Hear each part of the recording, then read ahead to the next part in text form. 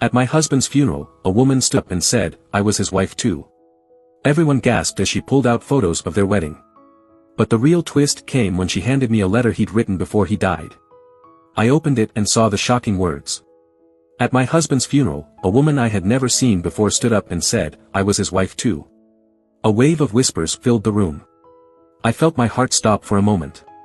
My husband, Daniel, had passed away suddenly after a short illness. I had spent the last week barely sleeping, handling the arrangements, comforting our 2 children, and preparing myself for this day. The last thing I expected was for a stranger to walk in and turn my world upside down. She wasn't just making empty claims. She pulled out a small stack of photos, wedding photos. My husband was in them, smiling, wearing a suit I had never seen before. And beside him was this woman, dressed in white, her hand resting on his arm. I wanted to say something, to demand answers, but my throat was dry. The room had fallen completely silent. Every pair of eyes was on me. Then, she took a step forward and handed me a letter. This is from Daniel, she said softly. He wanted you to have it. My fingers shook as I unfolded the paper. His handwriting stared back at me. I recognized it instantly. The moment I started reading, my legs nearly gave out beneath me. My love, if you are reading this, then I am gone. And if things have gone the way I feared, you now know the truth. I never wanted you to find out this way. I never wanted to hurt you. But I have no choice now except to tell you everything. The world around me blurred. I had no idea what I was about to uncover, but I knew one thing, my husband had been keeping secrets. And this was only the beginning.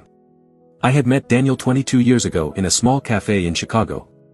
I was working as a waitress while finishing my degree. He had walked in one cold autumn morning, ordered a black coffee, and left me a generous tip with a little note on the napkin, you have a beautiful smile. We had built a life together, 2 wonderful children, a cozy house in the suburbs, vacations to Florida, long walks in the park on Sundays. I thought I knew every part of him. But as I stood there holding his letter, staring at a woman who claimed to be his wife, I realized that there was an entire part of his life that had been hidden from me. I looked up at her. She was about my age, with dark brown hair pulled into a neat bun. She wasn't smug or gloating. She looked sad. I swallowed hard. What is this? My voice came out shakier than I wanted. She hesitated before speaking. I was married to Daniel for 18 years. 18 years. The room spun. My sister caught my arm as I swayed. That's not possible, I whispered. But the photos said otherwise. And the letter was about to tell me things I never imagined. I forced myself to keep reading. I met Lisa before I met you. We were young, and I thought I knew what love was. We got married in a courthouse. No big ceremony, no family. Just the 2 of us. But over the years, things changed. I changed. I was afraid of being alone, afraid of making the wrong decision. And then I met you. I looked up at the woman, Lisa. She met my eyes, then quickly looked away. I never planned for this to happen. I never planned to live 2 lives. But by the time I realized what I had done, I didn't know how to fix it. I loved you both. In different ways, but truly. I told myself I would end things, but I kept waiting for the right time, and the right time never came. My hands clenched around the letter. This couldn't be real. I had no idea, I said, more to myself than to anyone else. Lisa took a deep breath. I didn't either. Not until last year. That got my attention. Last year? She nodded. He told me he traveled for work. I never questioned it. Then, one day, I found a second phone hidden in his car. It had pictures of you, of your kids, of vacations I never knew he took. I confronted him. He broke down and told me everything. He said he was going to tell you the truth. But then he got sick. My stomach twisted. He had known this would come out eventually. He had known that when he died, the walls he had built between his 2 lives would crumble. I looked back down at the letter, feeling like I was holding the last piece of Daniel that I had left. I don't know if you'll ever forgive me. I don't expect you to. But I need you to know that loving you was never a lie. You were my heart. You and our children were the best thing that ever happened to me. I was too much of a coward to fix my mistakes while I was alive, so now I leave you with this mess. And for that, I am sorry. I hope you will find it in your heart to heal. I hope, one day, you can remember me with more love than anger. I folded the letter carefully and held it against my chest. I had no words left. Lisa shifted uncomfortably. I didn't come here to cause trouble. I needed you to know. You deserve the truth. Did I really want this truth? I didn't answer her. I turned to my children, who were standing nearby, their faces pale. This wasn't just about me.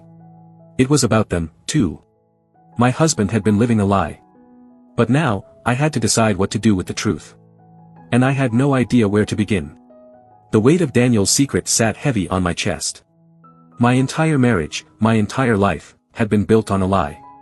My children's father had spent years deceiving us, and now he was gone, leaving behind nothing but his words on a piece of paper.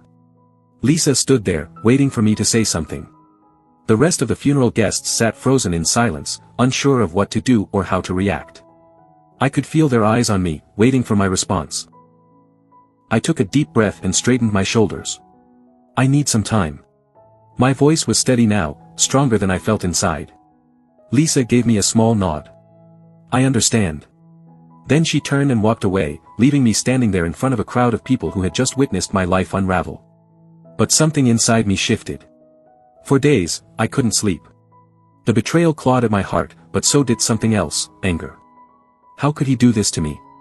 To our children? To Lisa? He had left us to pick up the broken pieces of his choices, and I refused to be just another victim of his lies. So I did what Daniel never had the courage to do. I took control. The first thing I did was hire a lawyer. I wanted to know exactly what Daniel had left behind, and more importantly, how much of it Lisa had a claim to. And what I found out made my blood boil. Daniel had a secret bank account. A big one. For years, he had been moving money into it, money that should have been for our children's future, for our home, for the life we built together. Instead, he had been using it to fund his second life. Trips, gifts, even a down payment on an apartment for Lisa. I clenched my fists as I read through the documents. He had been careful, but not careful enough. Since our marriage was legally recognized and his will named me as the primary beneficiary, that money was now mine to decide what to do with. And I knew exactly what to do. I called Lisa and asked to meet. She hesitated but agreed. We sat across from each other in a quiet cafe, the same kind of place where I had first met Daniel all those years ago. I slid the documents across the table. Her eyes widened as she read. I had no idea. I studied her face, looking for signs of deceit, but I saw nothing but exhaustion. Maybe she was just as much a victim as I was. Maybe she wasn't. It didn't matter.